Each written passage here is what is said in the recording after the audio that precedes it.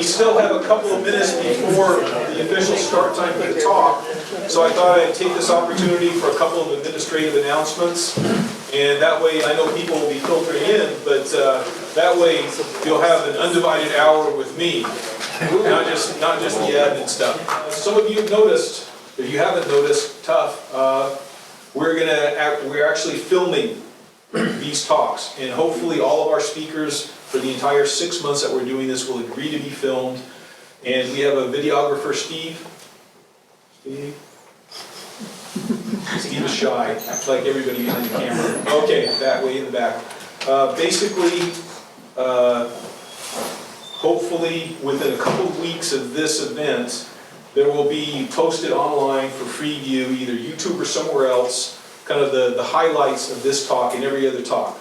At the end of the talks, they will produce full-length versions and hopefully with some improvements, background music, as in documentaries. So maybe some more images to highlight the talk and things like that. So we're much more professional, and these will be coming out on DVD, hopefully in time for Christmas. A few little quid pro quos before I begin the actual talk, trying to explain things. I will apologize if at a certain point when I'm starting to really get into these memories and my vocabulary start turning into a few more four-letter words slip out, because they will. So I apologize in advance. It's not intentional that I start turning into a dirt-eating grunt again, but I guarantee you that'll probably happen. I'll try not to. I don't have any pictures, if you've noticed, and that is because I used to work for people who didn't want their pictures to be taken. They gave me a camera, and then when I got back at the end of my tour, my second tour as a military historian, they took my camera from me. Somewhere on a disc, floppy drive somewhere. Remember when those little floppy drive things? I have 5 or 10 pictures of the inside of my hooch, and that's about it. And I'm okay with that because, among other things, I'm not going to show a picture and then find out I'm going to jail because I just exposed some Special Forces operator to public scrutiny. And I will have, I'm going to try and stop 15 minutes. I'll try and take only 45 minutes so that I have 15 minutes for questions. Given the size of the crowd here, standing room only outside. Thank you. I'm sure some of you have questions, so I will try and pause at the end. Wow, now I can actually start the real talk. And if anyone is really bursting with a question, please do ask it. Now, I'm not wearing my glasses, so I can't actually see you. So, an arm up like that, and then just bursting out with a question, I'll try and answer it then. But I think some of the questions I may be answering as I go along. Yes? Please use your machine gun range voice. Our top story tonight. Okay, I'll try. All right, so how did I become a military historian? It's an interesting question in that there are military historians, Army, Navy, Air Force, Marines, National Guard. They all have military historians. It is not an occupational specialty. That is, you don't go to school for it. As far as military historians go, it's what they call an additional skill identifier. There is some kind of a certification process from somewhere, and then magically they hit you with a magic wand and say, yes, you are a 38 Alpha, Civil Affairs Officer, ding, / military historian. Go forth and do great things. And that's how it happened. I was in the Civil Affairs unit, and there was Army Reserve magazine ran an ad that said, various commands want military historians for short tours. And I said, gosh, it's winter time and I'm an archaeologist and I'm out of work, let me apply. And that's exactly what I did. I contacted the Army Reserve historian, who's that's a full-time position, and he said, send me a sample of your work, send me a resume, and then be ready for a phone interview. So I did that. He never even bothered with a phone interview.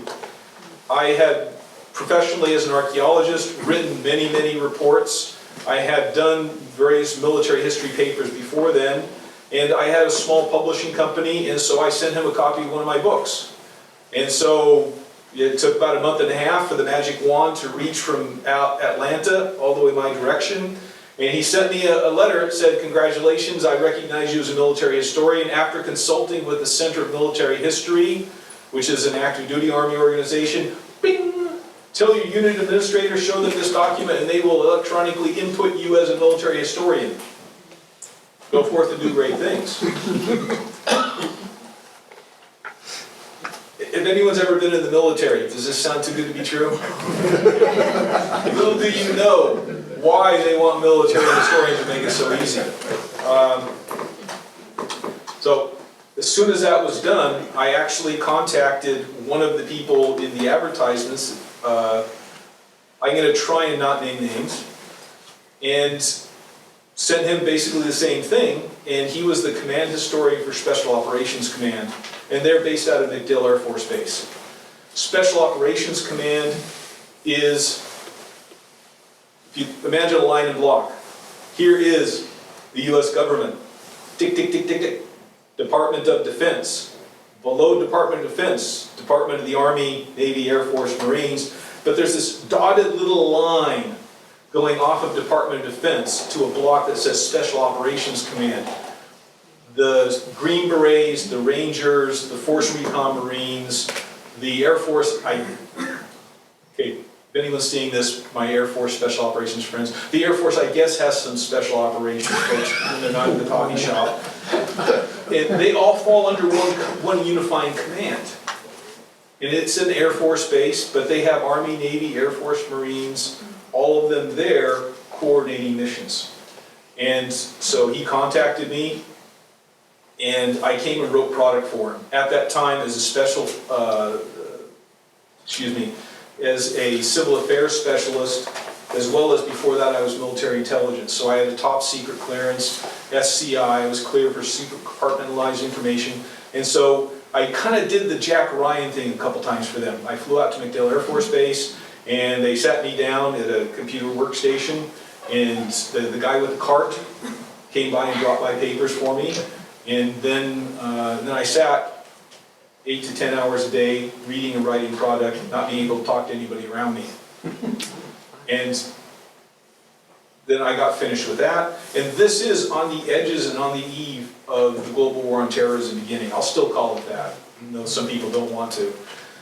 And in the meantime, I decided to try and become commander of a military history detachment, MHD. This is a field grade command, so majors and above. If any of you, if you want to make colonel in the military, you have to actually have a field grade command. Usually that's a battalion or some 100+ person organization. A military history detachment is only 3 soldiers: the commander, an NCO, and a junior NCO driver. So a major or above who does the interviews or writing product, a sergeant first class who does interviews and helps transcribe stuff, and a driver transcriber, and that's it. They have this table of organizational equipment. They had on the books, they would have a Chevy Blazer and a trailer, a generator, and so on and so forth. And they're only 20+. Here's the other thing as I give this talk. We all know historians never exaggerate nor underplay or undertell facts, right? So I'm going to do that. So at times I will be a little vague. It's not on purpose, because I'm not doing this off of notes. I'm doing this off of my memory. So there are 20 or so military history detachments in the Army system, Army, National Guard, Active Duty, and Army Reserve. And the commanders are only allowed to stay there for 2 years. By doctrine, the first year would be setting up the military history detachment, and then hopefully, and then getting cleared. The detachment trained as a whole, you would not be cleared to actually go on a world mission until your first year through this training program. And then the second year, you would be actively gathering and doing the military history mission. Then global war on terrorism started, and out of the 20 or so units, I would say only about half of them were actually in their second year. So about 10 of them. And within days of the Twin Towers happening, they mobilized 6 of them, leaving only 4. So if the global war on terrorism lasts more than a decade, that's not going to happen, but if it did, they would soon run out of military historians, and that's exactly what happened. I was slotted to be commander of one of these units, and the guy I was replacing was at the end of his tenure, and he said, would you mind if I stayed for this deployment? Otherwise, I'm a military history detachment commander who never served. Actually, he told me he was going to do that. He didn't ask me. And he and the unit went to Kuwait. And I was still tapped on orders to go. The regulation says you can have military historians as individuals going on deployment. And so that was fine with me. The bad thing is, if the Army tries to activate a reservist or guard or retiree as an individual, there's this whole process that goes all the way up to the Department of the Army level, where essentially the Undersecretary of the Army at periodic intervals gets read a list of names and a list of reasons why you're taking that one person and involuntarily putting them on active duty. So I think it was about mid-January I received word that I was going to be mobilized. I was not mobilized until close to May. So I was sitting at my house waiting to be mobilized. And and that was not the only time that happened.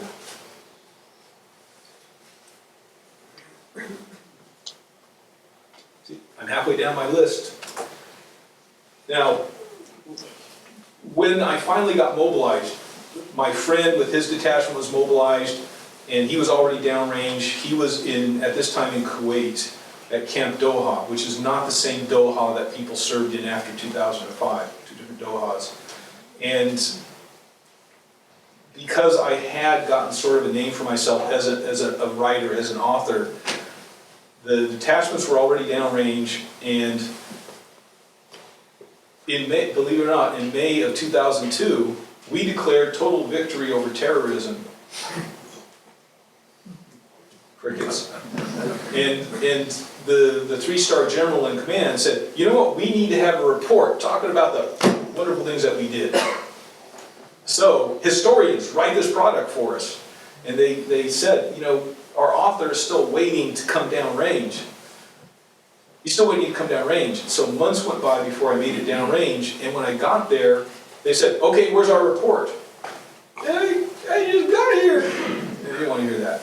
That was my primary mission for 6 months, was to write a history of essentially from September 11th through May of 2002. And they called me, they gave me a title. It's called the monographer or monographer. And so I spent 6 months doing that. Now, fortunately for me, I was able to make my way to Afghanistan. My boss and I both felt it was necessary to actually go to Afghanistan to talk about the war in Afghanistan, so we eventually made it down there. So, the bad thing about being an author, have any of you ever had to write a report for anybody else? You research report? Yeah. All right, so what happens when the person you're writing it for leaves and they have somebody else? You're writing for somebody else. You start? Yeah. So this report that they wanted me to write was overseen by the chief of staff. And in the 6 months I was there, I think they went through 5 chiefs of staff. So I would write something up, and the chief of staff would say, change this. You got it, sir. I'm running with this. And then he's gone. And I turn in the next draft. What's this section on Islam? Everybody knows everything about Islam. Cut that out. And so I'm cutting it out. And then, okay, now I have more comments for you. And then the next one would show up. And sorry. Finally, one of the generals showed up. And yeah, I'm not going to mention his name, although he was a fair guy.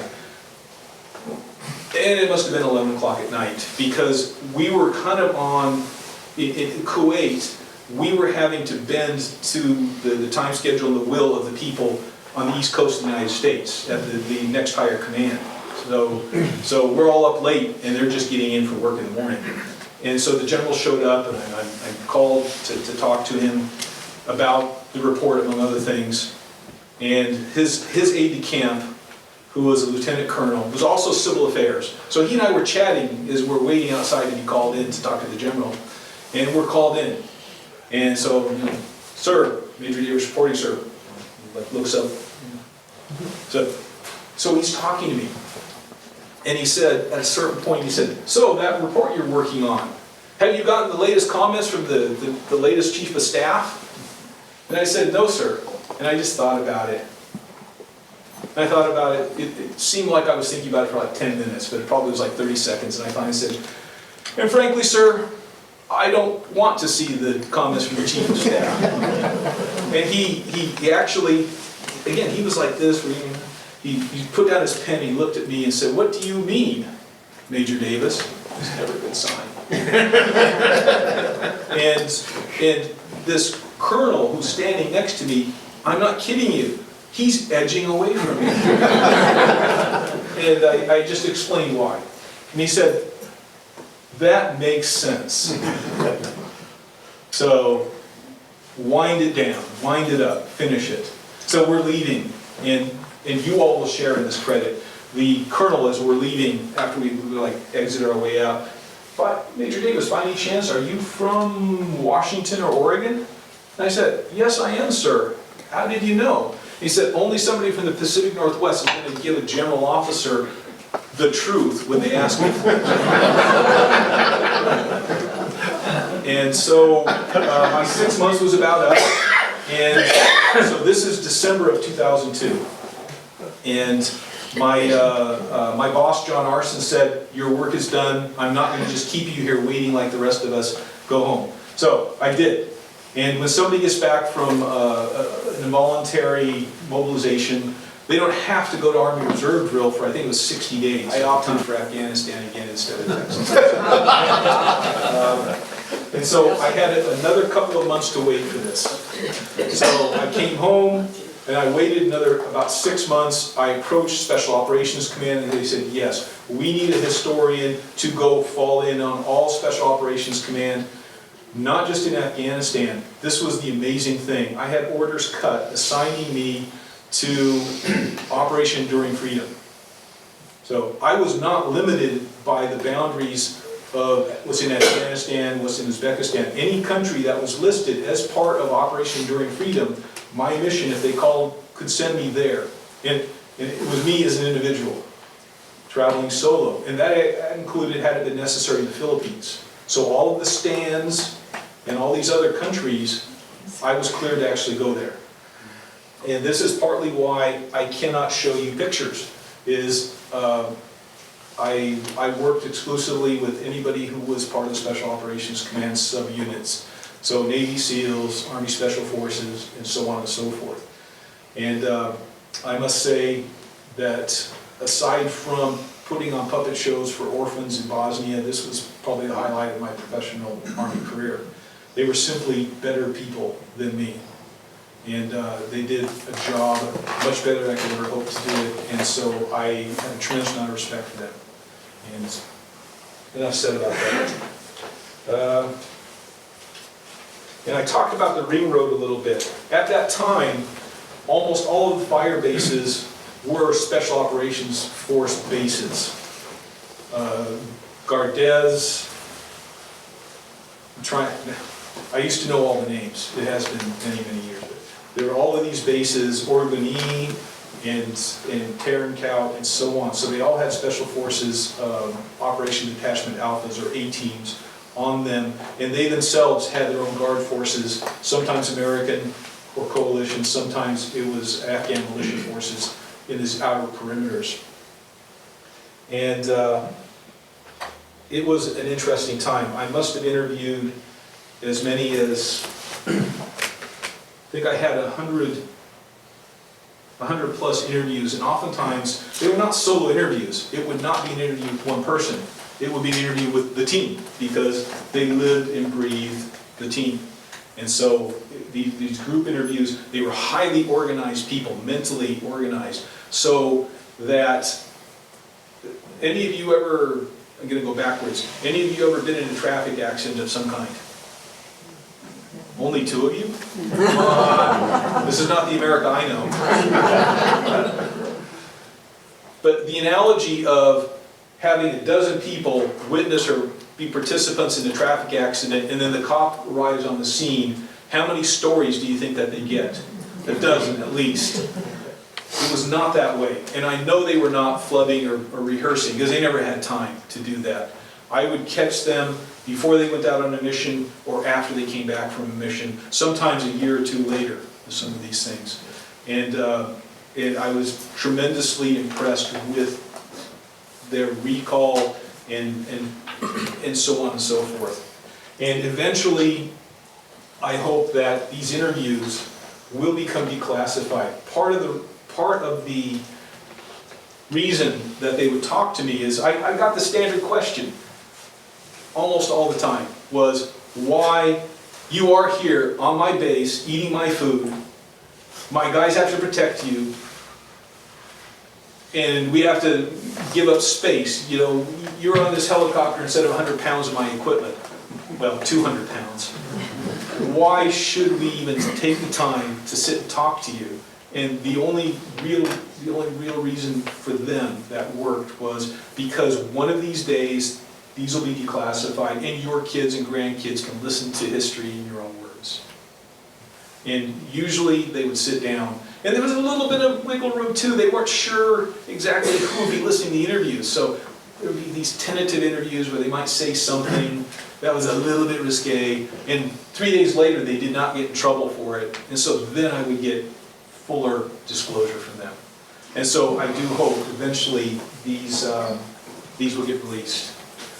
Now, I won't even be able to tell this story, sorry. Maybe later. The infamous animal... Yeah, sorry. Am I teasing with that one? After the talk is over with. But I did tell you at the beginning, there were some really good and funny times, and there were some bad times. And I kept unclassified letters and emails I sent home. And I would like to read this one to you if I can. And I talked to Kelly, are you here? No, I don't hear Kelly saying, yes, Jeff, I am. Well, I talked to a couple veteran friends, and I asked when everybody was coming back from these missions, I asked them, in some cases, to tell me about some horrific things. And this is one of the horrific things that stuck with me. And I was a little bit reluctant to talk about this part, but they were able to talk about their experiences. I can do this too. Sometimes I really hate my job. Since I have been here in Afghanistan, I've interviewed many people. In that time, I've interviewed a couple of soldiers because they were injured in combat. I talked to them the day afterward as they were still scratching at their fresh bandages. A few soldiers were wounded after I spoke to them. One of them held up a bandaged limb and said, "Hello, sir, do you remember me?" as he came through the hospital as they were getting ready to put on an airplane. Today, as I sit here, I have just come back from the funeral services of one soldier. I was there a few days ago when his body was carried into the airplane on his way home. One of the friends I've made here was pallbearer, despite the fact that he was too injured with several pulled muscles and tendons in his back and shoulder. Today they performed a chapel service now that his family has had a chance to receive his body. I hate my job because I was supposed to meet with him and the men at his unit a few days ago. They had been getting ready to go home. They were packing their bags, cleaning up their gear, and getting ready to meet with the soldiers who were replacing them. Part of my job is to do an exit interview with these soldiers before they leave. I met with their team leader in the morning and made an appointment to talk to them a few hours later. In the course of a few hours, an entire world can change. I showed up at their tent and it was empty except for 2 soldiers. One of them was the team sergeant. I reminded them that I was there for the interview. I looked around and said, "You're going out tonight," meaning that they were going on a combat mission. They were great soldiers. The sergeant said, yes, we're going out, but the two of us can give you an interview. They both stopped working on the gear and looked at me expectantly. I shook my head. I told them I would never forgive myself if something happened to any of you guys because I held you up for an hour when you should have been getting your equipment together or some sleep. The second soldier looked at me as if he was seeing me for the first time. Thanks, he said. That's nice of you to feel that way. And I left in the hopes that I could talk to them all later at the end of their mission. As you might have guessed, I will never have that chance. One of the team died a few hours later. Was he the second man I talked to? The one who thanked me? It doesn't matter to me. All of them are him to me. All I could do was fall back on my job. I was there to record in pictures the brief ceremony as his body was put on an airplane. A few minutes ago, I was in the newly built chapel here to record and photograph the final farewell and memorial for this man. I feel like a vulture circling kill. I usually celebrate their victories when I visit them, recording their accomplishments. Only rarely do I feel that I am merely tolerated because I am providing them a service. They are the shakers and movers now, and my job is to make sure that they are remembered. Most of the time they're gracious, taking the time to talk to me when they should be sleeping or writing letters home. They realize that they have a duty to the future to share, in their own words, what they've done. I am the person who's there to help them do this, but today they all came together and grieved together, and my duty set me apart. I had to record the words spoken and take a picture of his weapon, boots, and dog tags in the center of the altar. How much of a ghoul does my profession make me now? Don't get me wrong, if I had a camcorder I would have filmed the ceremony for the sake of the soldiers' children and America's children so that he would be remembered. As it was, I did my best to respect everyone's grief. My audio recorder was placed discreetly out of the way and the unit had their own photographer. I waited until the very end of the ceremony to take pictures. I exchanged a few brief words with the unit members I had come to know over the last 2 weeks I've been here.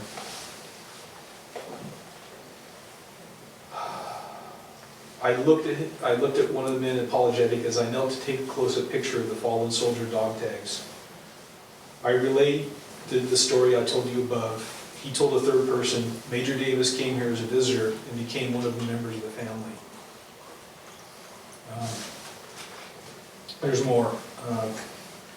But some of you know me, some of you don't. And because I made it home, I really feel part of the way I contribute is to do military history. So if any of you know me or know me in the future, and at times I appear kind of odd, weird, or have a weird attitude about this, or inflexible about what I think military history is, this is part of what motivates me.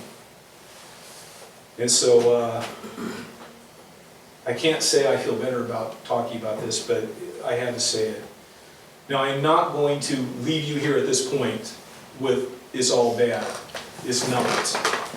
And I do have one final incident that took place about a week before this combat mission that I think you will enjoy. And please, if you think it's funny, it's okay to laugh. Every single person who suffered and died there, I believe, would want everybody who's alive to be able to laugh as part of their legacy. So about a week before this incident, I got this email. And yeah, we had contact with the outer world from at AOL.com to jddavis@rocketmail.com. Full headers print view. I came across your site and thought it was very impressive. I have the small publishings. You've done some excellent work. One of the reasons I was searching on the net was to look for people using the name Jeff Davis. Since it is a registered trademark, it's protected for radio/television, film, etc. under all applicable laws. It would be most appreciated if you would refer to yourself in those arenas as the name you published works, as in Jefferson Davis. Best luck in your career. Okay,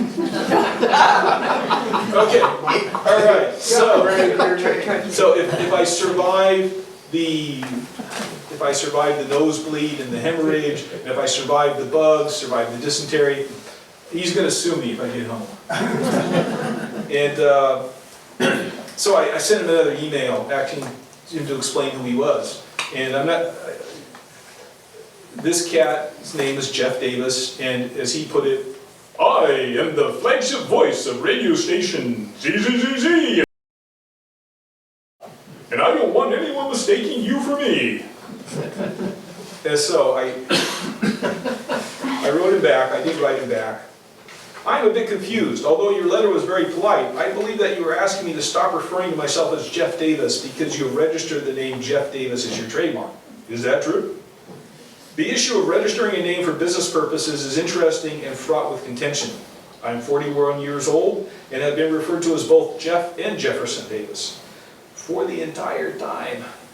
I have no intention of purposely trying to bill myself as you or take credit for any of your accomplishments. I'm the flagship voice. If I am doing any business in broadcasting, in television or film, I will make it clear I am not Jeff Davis at www.com. However, if I am on the air or someone refers to me as Jeff rather than Jefferson, I'm not going to correct them because I have been using this name for 40 plus years. Again, I hope you believe me when I tell you I have no intention of usurping your reputation. However, I have my own career reputation too, and I think that the world can deal with several Jeff Davises without too much conflict. And he actually sent me a reply, and I paraphrased when he said, "Gee, Jeff, that was really nice of you. And so I'm not going to sue you like I did the other, like I'm going to the other 5 or 6 Jeff Davises who responded in a rude manner." Anyway, that was, there's reality, and then there's reality. So, and those are some of the things I had to contend with. I thank you all for coming. I hope this has been worth your time. Great to live here.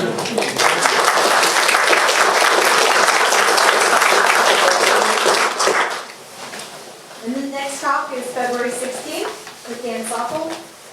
And that is with the more updated examining President Trump and what he is hopefully going to do in Southwest Asia and policy. So look forward to having all of you come back for that too. So thank you all very much.